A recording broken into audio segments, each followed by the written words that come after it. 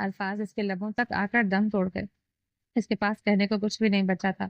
یہ وہ انجام نہیں تھا جس کا اس نے کبھی تصور کیا تھا۔ وہ تو کاشان کو پانا چاہتی تھی، اس کی محبت کی طلبگار تھی، مگر یہاں تو اس نے ہر خواب کو لہو لہان کر دیا۔ تم جا سکتی ہو، وہ بھی ہمیشہ کے لیے، میری طرف سے تم آزاد ہو۔ یہ کہتے کاشان بے پرواہی سے اٹھا، سگریٹ کی ڈبی اٹھائی اور بنا ایک پل ٹھہرے کمرے سے باہر نکل گیا، جیسے اس رشتے کی کوئی وقت ہی نہ ہو۔ نشا بیڈ پر بیٹھی روتی جا رہی تھی، اس کے وجود میں لرزش تھی، وہ خود کو ٹوٹتے ہوئے محسوس کر رہی تھی۔ اس نے اپنے رشتے کی ایسی توہین کبھی نہیں چاہی تھی، کبھی نہیں۔ یہ دنیا کی حقیقت ہے، عورت وہی ہے جو اپنی خواہشات قربان کر کے اپنے ماں باپ کی رضا کو اپناتی ہے، جسے وہ دل سے قبول نہ بھی کرے، تب بھی وقت کے ساتھ گزارا کرنا سیکھ لیتی ہے اور مرد کے نام پر اپنی زندگی لکھ دیتی ہے، اس کے بچوں کی ماں بنتی ہے، اپنے دل کے ٹکڑے خود ہی سمیٹتی ہے، اور پھر بھی وہ مرد کے لیے اہم نہیں رہتی جو اسے اپنانا ہی نہیں چاہتا۔ مگر مرد، وہ کبھی صبر نہیں کرتا، وہ اپنی مرضی کے خلاف کسی عورت کو دل میں جگہ نہیں دیتا۔ مرد کی فطرت یہی ہے کہ وہ ہمیشہ اپنی پسند کی عورت کو چاہتا ہے، اسے اپناتا ہے اور اسی کے ساتھ زندگی میں خواب دیکھتا ہے۔ اگر من چاہی عورت اس کی زندگی میں نہ ہو تو وہ کسی اور عورت کو بھی وہ جگہ نہیں دیتا جس کی وہ حقدار ہوتی ہے۔ جیسے نشا نے کاشان کو پانے کی ہر ممکن کوشش کی، وہ اس کے ساتھ 3 سال رہی، ہر حال میں رشتے کو قائم رکھنے کی جنگ لڑتی رہی، مگر آخر میں زبردستی کی گئی۔ محبت کا انجام وہی نکلا جو ہونا تھا، رشتہ ٹوٹ گیا اور وہ پرچیاں جو نشا نے خود جوڑنے کی کوشش کی تھی آج اسی کو زخمی کر رہی تھی۔ تو اے ابن ہوا، اگر کوئی مرد تمہیں وہ عزت و محبت دینے کو تیار نہیں جو تمہارا حق ہے، تو اس کے پیچھے بھاگنا چھوڑ دو، بے شک وہ تمہارا شوہر ہی کیوں نہ ہو۔ مگر عزت نفس سے بڑھ کر کوئی رشتہ نہیں ہوتا۔ زبردستی کیے گئے رشتے کبھی کامیاب نہیں ہوتے، جیسے نشا اور کاشان کا انجام ہوا۔ کاشان کو میرب ملے گی یا نہیں الگ بات تھی، مگر ایک بات طے تھی، اسے نشا کے ساتھ نہیں رہنا تھا۔ اس نے نہیں رکھا، پہلے باپ کی مجبوری تھی، مجبوری سے، پھر نشا کی زبردستی سے، مگر انجام وہی ہوا جو ہونا تھا۔ رشتہ ٹوٹ گیا تھا اور اب نشا بیٹھ پر بیٹھی آنسوؤں میں ڈوبی اپنی شکستہ امیدوں کا ماتم کر رہی تھی، جبکہ کاشان لاپرواہی سے کمرے سے جا چکا تھا، جیسے اسے اس کہانی کی تباہی سے کوئی فرق نہ پڑا ہو۔ کاشان منہ سے نکلنے والے دھوئیں کی جھلکوں کو انگلی سے کراس بنا کر دلچسپی سے دیکھ رہا تھا۔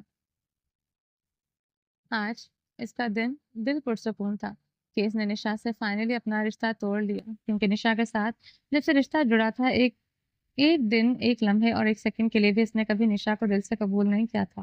نشا ہمیشہ اس کے لیے فضول سامان کی طرح تھی۔ آج اسے دل سے سکون محسوس ہو رہا تھا کہ اس نے فضول سامان کو اپنی زندگی سے نکال دیا۔ اور خاموشی سے صوفے پر پاؤں لٹکا کر بیٹھا، سگریٹ کے دھوئیں اپنے خیالات کو تحلیل کر رہا تھا۔ آنکھوں میں ایک عجیب سی سرخی تھی، جسے اندر کہیں کوئی طوفان دبایا ہو۔ لبوں کو سختی سے بھینچے وہ ایک لمحے کو ٹھہرا پر گہری سانس لے کر دھوئیں کا ایک اور کش لیا۔ میرب ملک، میرا سکون ہو تم۔ میں نے تم سے دور ہو کر، ہجر کاٹ کر بھی تم سے بے وفائی نہیں کی۔ صرف ماں باپ کے دباؤ میں آ کر ایک غلطی ضرور ہوئی تھی کہ میں شادی سے ان کو انکار نہیں کر سکا۔ آج میں نے اس نان کی شادی کو بھی ختم کر دیا ہے۔ وہ دماغ سے سوچ رہا تھا، مگر الفاظوں کی دھن نہیں بنا رہا تھا۔ میں کل بھی تمہارا تھا، آج بھی تمہارا ہوں۔ میں نے خود کو کسی کے حوالے نہیں کیا اور تمہیں اس شخص سے چھین لاؤں گا۔ تمہیں اپنا سمجھ کر اپنے پاس رکھے ہوئے وہ لب نیچ کر سوچتے ہوئے سگریٹ کی کش لگائے جا رہا تھا، جیسے اپنے ہی الفاظ کی گونج کو محسوس کر رہا ہو۔ کاشان رضوی، تم جو کچھ میرے ساتھ کیا ہے خدا تمہیں پوچھے گا۔ میری بد دعا ہے تمہیں وہ لڑکی کبھی نہ ملے جس کی چاہت میں تم نے مجھے چھوڑا ہے۔ کاشان اپنی سوچوں میں گم تھا کہ اچانک سے نشا کے سامنے آ کے کھڑی ہوئی، بکھری ہوئی حالت میں رو کر صرف ہوئی آنکھیں چیخ چیخ کر اس کو درد کو بیان کر رہی تھی۔ اچھا کہ تم نے نہیں کیا تھا جب میں نے تم سے صاف کہہ دیا تھا کہ میں تم میں دلچسپی نہیں رکھتا، اور تم سے درخواست کی تھی کہ میرے ساتھ شادی نہ کرو۔ تمہیں میری بات سمجھ کیوں نہیں آئی؟ یہی تھا اس رشتے کا انجام۔ پھر اب اس حالت میں تڑپ کر روتے ہوئے خود کو مظلوم کیوں ثابت کر رہی ہو؟ کاشان اپنی سگریٹ پر نظریں مرکوز کیے ہوئے تھا، وہ نشا کی طرف دیکھنے کا بھی روادار نہیں تھا۔ نشا کے آنسو جس کے رخسار پر گرے کاشان کے دل میں کوئی رحم پیدا نہیں کر پائے تھے، نہ ہی اس کے دل میں اب نشا کے لیے کوئی احساس باقی تھا۔ ہرگز نہیں، اس رشتے کا انجام ایسا نہیں ہو سکتا۔ یہ رشتہ تم نے جان بوجھ کر خراب کیا ہے۔ کتنی کوشش کی تمہارے ساتھ رشتہ قائم رکھنے کی، مگر تم نے جان بوجھ کر اس رشتے کو برباد کر کے دم دیا۔ مگر آج کاشان رضوی، میری ایک بات یاد رکھنا، کسی کا دل توڑ کر تم کبھی اپنی منزل نہیں پا سکتے۔ میری بد دعائیں ہمیشہ تمہارا پیچھا کریں گی۔ وہ ہاتھ کے پشت سے اپنے آنسو رگڑ کر بے دردی سے صاف کرتے ہوئے درد زدہ لہجے میں چیخ چیخ کر بول رہے تھے۔ کاشان کان پر انگلی رکھے ہوئے بیزارے سے اس کے رونے کی آواز اور باتیں سن رہا تھا۔ ہو گیا بس، پلیز جاہل عورتوں کی طرح بددعائیں مت دو اور جاؤ اپنا بوریا بستر سمیٹو، میری طرف سے تم آزاد ہو۔ کیوں فضول میں میرا وقت برباد کر رہی ہو؟ میرا وقت صرف اور صرف میری… وہ کہتے ہوئے خاموش ہو گیا۔ جی جی جانتی ہوں کہ آپ کا قیمتی وقت صرف اس آپ کی معشوقہ کے لیے ہے جس کے لیے آپ نے مجھے چھوڑا ہے۔ رہو اپنی معشوقہ کے خیالوں اور سگریٹ اور شراب میں میں تمہارے گھر سے تو جا رہی ہوں مگر کاشان تمہاری بربادی دیکھنے کے لیے میں یہی پاکستان موجود ہوں۔ میں ضرور دیکھنا چاہوں گی کہ تمہاری محبت حاصل ہوتی ہے کہ نہیں۔ میرا دل گواہی دے رہا ہے کہ تمہیں کبھی تمہاری محبت نصیب نہیں ہوگی۔ وہ روتے ہوئے ایک لفظ چبا چبا کر بول رہی تھی، میرے اوپر تمہاری ان باتوں کا ذرا برابر اثر نہیں ہے۔ جلدی سے اپنی شکل یہاں سے غائب کرو، میں اس سے زیادہ تمہاری شکل برداشت نہیں کر سکتا۔ وہ غصے سے بولا اور ڈرنک کا گلاس اٹھا کر ہونٹوں سے لگاتے ہوئے نشا کو نظر انداز کر دیا۔ نشا آنسوؤں سے بھری ہوئی آنکھوں سے نفی میں سر ہلاتے ہوئے پیچھے مڑ کر تیزی سے باہر نکل گئی۔ وہ سچ میں دل سے بددعائیں دے رہی تھی۔ اب یہ دیکھنا ہے کہ کاشان کی محبت اور دعائیں جیتتی ہیں یا نشا کی بددعائیں اور درد۔ یہ تو آنے والا وقت ہی بتائے گا، مگر دونوں ہی اپنی اپنی جگہ اٹل اور قائم تھے۔ وقت اپنی چادر میں کیا چھپائے ہوئے ہیں یہ کسی کو نہیں پتا تھا۔ میرا نے حیرت اور بیزاری سے شاہ کی طرف دیکھا، جیسے وہ اس کی فرمائش پر یقین نہ کر پا رہا ہو۔ یہ کیسا شوق ہے، میں ڈانس کیوں کروں؟ شاہ نے ہلکا سا مسکرا کر اپنے بازو سینے پر باندھ لیے۔ اس کی آنکھوں میں شرارت تھی۔ میڈم اتنا شرمانے کی کوئی ضرورت نہیں ہے، میں تمہیں کپل ڈانس کے لیے کہہ رہا ہوں، تم تو ایسے ریئیکٹ کر رہی ہو جیسے میں نے کہہ دیا ہو کہ تم اکیلی ڈانس کرو اور میں صوفے پر بیٹھ کر دیکھوں گا۔ میرا نے الجھن سے اب لب کھینچے لیے۔ وہ واقعی تھک چکی تھی، پہلے ہی رومانچا کی برتھڈے کی وجہ سے وہ کافی لیٹ گھر پہنچے تھے، اوپر سے اس کی ننھی پری کو سلانے میں بھی وقت لگ گیا تھا۔ چینج کروانے اور سلانے کے بعد وہ اب مزید کسی ایکٹیویٹی کے موڈ میں نہیں تھی۔ شاہ میر کا موڈ تو بالکل مختلف تھا، حد سے زیادہ رومانٹک اور خوشگوار۔ وہ اپنی ضد میں پرسکون کھڑا تھا، جبکہ مرحا کو اپنی جان مشکل میں پھنستی محسوس ہو رہی تھی۔ میر پلیز سو جائیں نہ، میں آج بہت تھکی ہوئی ہوں، کل آپ کی ساری فرمائشیں پوری کر دوں گی۔ مرحا نے نرمی سے شاہ میر کے گالوں پر ہاتھ رکھا، اس کے لمس میں بے حد پیار تھا۔ وہ بچوں کی طرح معصومیت سے اسے سمجھا رہی تھی اور اس لمحے وہ بے حد کیوٹ لگ رہی تھی۔ شاہ میر نے اس کی تھکن کو محسوس کیا، مگر شرارتی مسکراہٹ اب بھی قائم تھی۔ واہ جی واہ، بڑی بات ہے، میں سو جاؤں؟ میں تمہیں سچ میں لگتا ہوں کہ میں اتنا شریک ہوں کہ تمہارے کہنے پر بس یوں ہی سو جاؤں گا؟ شاہ میر نے مرحا کی کمر پر ہاتھ رکھتے ہوئے جھٹکے سے اسے اپنے قریب کر دیا، نرمی سے اس کے مخملی گالوں کو سہلاتے ہوئے گہری نظریں اس کی نظروں میں ڈالی۔ وہ بےتابی کے سمندر میں ڈوبتا محسوس ہو رہا تھا، جیسے کوئی پیاسا شخص صحراؤں میں پانی تلاش کر رہا ہو۔ کیا چاہتے ہیں ملازماؤں اپنے بیٹوں کو؟ فون مرحا نے پیاری سی دھمکی دی۔ اچھا جی، اب تو اپنے باڈی گارڈز کی دھمکیاں دینے لگی ہے، شاہ میر نے ہلکی سی مسکراہٹ کے ساتھ کہا۔ ویسے بھی اس وقت تمہارے دونوں باڈی گارڈز گھوڑے ہاتھی سائڈ پر رکھ کر گہری نیند میں کے مزے لوٹ رہے ہیں۔ فضول ہے ان کو فون کرنا۔ آئیبرو اٹھاتے ہوئے ہلکی سی شرارت بھری مسکراہٹ کے ساتھ اس نے مرحا کی دھمکی کو ہوا میں اڑا دیا تھا۔ جب ان کے ماما کا فون جائے گا تو میرے شیطانوں نے فوراً اٹھ جانا ہے۔ اپنے بیڈ روم پر ڈانس کرتے ہوئے ایٹیٹیوڈ سے مسکراتے ہوئے بول رہی تھی۔ فون تو جب جائے گا جب میں تمہیں فون کرنے دوں گا۔ اور شرارتی شوق نظروں سے مرحا کو دیکھتے ہوئے اسے گھماتے ہوئے روم میں ہلکا سا رومانٹک میوزک پلے کر چکا تھا۔ اسے گھما کر شاہ میر نے اپنا ایک ہاتھ مرحا کی نازک سی کمر میں ہاتھ ڈالا تھا اور دوسرے ہاتھ سے اس کے دونوں ہاتھوں کو باری باری چومتے ہوئے پھر انہیں اپنے کندھوں پر رکھا۔ آہستہ آہستہ وہ روم میں ادھر ادھر گھوم رہا تھا۔ مرحا کی نیند سے بری حالت تھی، جبکہ شاہ میر کی آنکھوں میں نیند کا کوئی نشان نہیں تھا۔ وہ بس اپنے پیارے لمحوں میں ڈوبا ہوا تھا۔ مرحا کی نیند سے بھری ہوئی آنکھیں ایس پی صاحب کے دل پر گہرا اثر ڈال رہی تھی۔ محبت سے دیکھتے ہوئے کندھے پر سر چکاتے ہوئے گردن پر نرم گرم تبوں کی چمبش محسوس کرواتے ہوئے نرم لفظوں کی بوچھاڑ کرتا چلا جا رہا تھا۔ وہ دونوں ہاتھوں سے اس کی شرٹ کو مٹھیوں میں بیچے ہوئے تھی۔ محبت کے نرم اور گہرے ملاپ سے نیند بھی اڑ گئی تھی اور تھکاوٹ بھی ختم ہونے لگی تھی۔ شاہ میر نے مرحا کو اپنے مضبوط حصار میں لیے اسے اپنی سینے میں چھپایا، جیسے وہ چاہتا ہو کہ اس کا ہر لمحہ مرحا کے ساتھ گزرے۔ جب مرحا نے نرم تکیے پر سر رکھا تو آنکھیں بند کرتے ہوئے شاہ میر کی محبت کی لہروں میں ڈوبتی جا رہی تھی۔ شاہ میر محبت سے اس کا چہرہ اس کے چہرے پر جھکا، جیسے ہر لمس میں محبت کی شدت اور قربت کو محسوس کر رہا ہو۔ روم کی فضاؤں میں محبت کی خوشبو پھیل چکی تھی اور رات کے حسین چاندنی دریچے سے چپکے سے ان کی محبت کو دیکھتے ہوئے شرما رہی تھی، جیسے وہ بھی اس لمحے کا حصہ بننا چاہ رہی ہے۔ رومان شاہ بیچارہ سونے کی ایکٹنگ کر رہا تھا کیونکہ وہ خواب خوب جانتا تھا کہ اس کی پیاری بیوی نے رات کے 12 بجے اسے وش کرنا ہے۔ وہ بیچاری سارا دن مہمان نوازی میں مصروف رہنے کے بعد اپنے بھائی اور باقی مہمانوں کو الوداع کر کے جیسے ہی بیڈ پر لیٹی فوراً آنکھیں بند کر لی۔ مطلب وہ بھی سونے کی ایکٹنگ میں ماہر تھے۔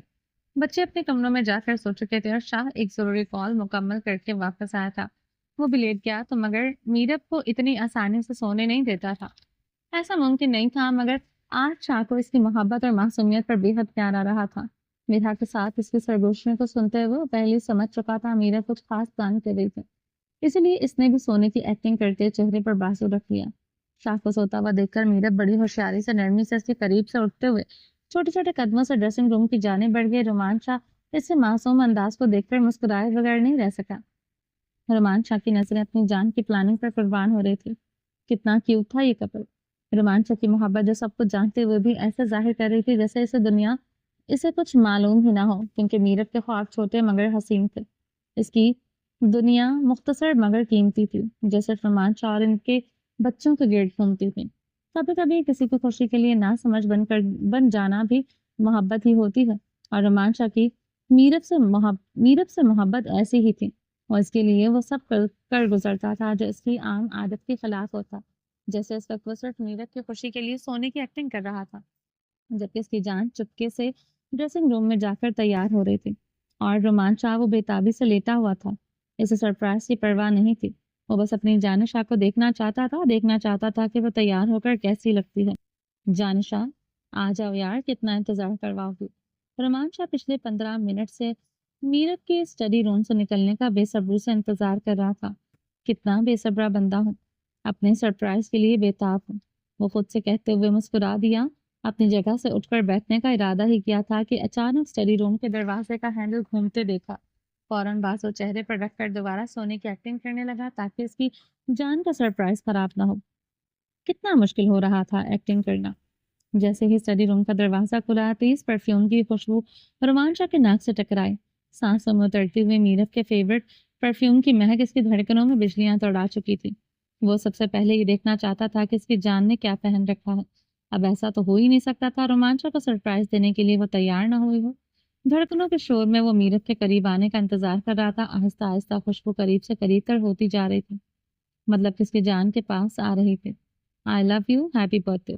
رومان شاہ کے کانوں میں میرب کے لبوں کی گرم چنبش اور میٹھی محبت بھری سرگوشی کھلی تو اس کے ضبط کا سارا ساگر جھلک گیا تھا۔ اس سے زیادہ وہ انتظار نہیں کر سکتا تھا، وہ تو پہلے ہی جاگ رہا تھا۔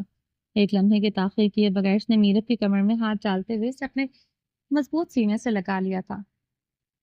محبت برساتی نظروں سے اس کے خوبصورت لائٹ میک اپ سے سجے چہرے کو دیکھا اور دلکش انداز میں مسکرایا۔ I love you too میری جان، تھینک یو سو مچ۔ میرب نے رومان شاہ کی داڑھی پر نرمی سے ہاتھ پھیرتے ہوئے محبت بھری نظروں سے اسے دیکھا۔ اٹھے، میں نے آپ کے لیے سرپرائز پلان کیا ہے، وہ مسکراتے ہوئے بولے۔ رومان شاہ نے اس کے لمس کو محسوس کرتے ہوئے آنکھیں موند لی، جیسے اس لمحے کو دل میں بسا لینا چاہتا ہو۔ پھر ہلکی مسکراہٹ کے ساتھ آنکھیں کھولی اور شرارتی انداز میں بولا، سرپرائز سے زیادہ تمہارا یہ انداز میرے لیے قیمتی ہے میری جان۔ آپ اٹھیں تو صحیح پلیز، جلدی کریں۔ میرب نے رومان شاہ کا ہاتھ تھام کر کھینچا اور نرمی سے بیڈ سے اٹھا کر اپنے پیارے شاہ کو کھڑا کر چکی تھی، لیکن رومان شاہ کی نظریں تو بس اس پر ہی مرکوز تھی۔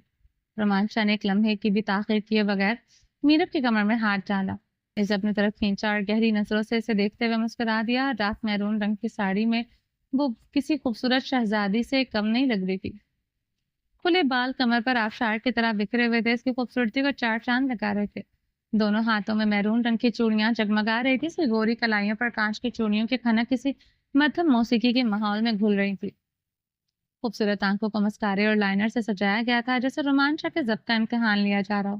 مخملی گالوں کو بلش آن کی ضرورت نہیں تھی، کیونکہ وہ تو ہر وقت رومان شاہ کی محبت لٹاتی نظروں سے ہی گلابی پڑے رہتے تھے، مگر پھر بھی زبردستی بلش آن لگا کر انہیں مزید پنکی بنا دیا گیا تھا۔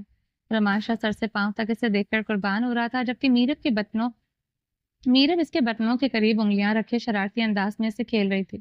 وہ اچھی طرح سے جانتی تھی کہ اس روپ میں اسے دیکھ کر اس کے شاہ کی دھڑکنیں بے ترتیب ہو چکی ہیں۔ رومان شاہ کی نظریں اس کی خوبصورت پنکھڑیوں پر جم چکی تھی، جو مہرون رنگ کی لپسٹک میں سجی قاتلانہ حد تک دلکش لگ رہی تھی، اور ساڑی وہ بالکل رومان شاہ کی پسند کے مطابق پہنی گئی تھی۔ ڈارک میرون رنگ کے لباس میں دودھ کی طرح گورا رنگ چودھویں کے چاند کی مانند چمک رہا تھا۔ ایسے کیا دیکھ رہے ہیں؟ اگر پیاری لگ رہی ہوں تو تعریف کر دیں۔ میرب نے اوپر دیکھ کر رومان شاہ کی نظروں میں جھانکا مگر فوراً نظر چکا لی۔ رومان شاہ کی آنکھوں میں محبت اور جذبات کا ایک پورا جہاں آباد تھا جسے اس لمحے میرب نے دیکھنے کی ہمت نہیں کی تھی۔ تعریف مطلب کہ میری جان کو میرے منہ سے اپنی تعریف سننی ہے؟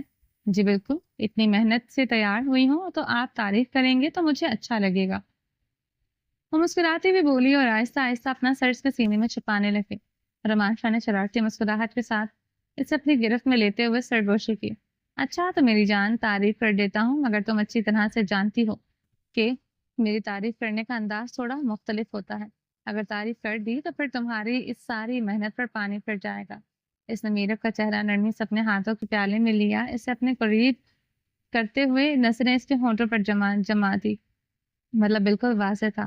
رومان شاہ کا اشارہ میرب کے ہونٹوں پر سجی لپسٹک کی طرف تھا جسے وہ اپنے انداز میں ختم کرنے کا ارادہ رکھتا تھا۔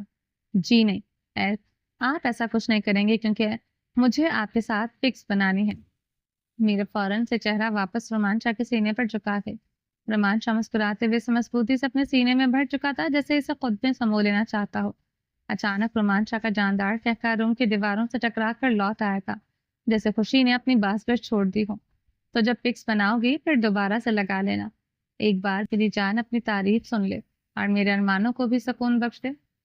پھر وہ لات سے جھک کر سرگوشی میں بولا، جان شاہ سجن جے کول ہوئے پیار نچاور نہ کیتا جاوے تے اے محبت دے اصولاں دے خلاف ہوندا ہے۔ چپ، بالکل چپ۔ اس وقت آپ پنجابی میں بالکل نہیں بولیں گے۔ رومان شاہ کے آچھی لبوں پر سختی سے انگلی جماتے ہوئے میرب نے فل سٹاپ لگا کر حکم جاری کر دیا تھا کہ وہ پنجابی نہیں بول سکتا۔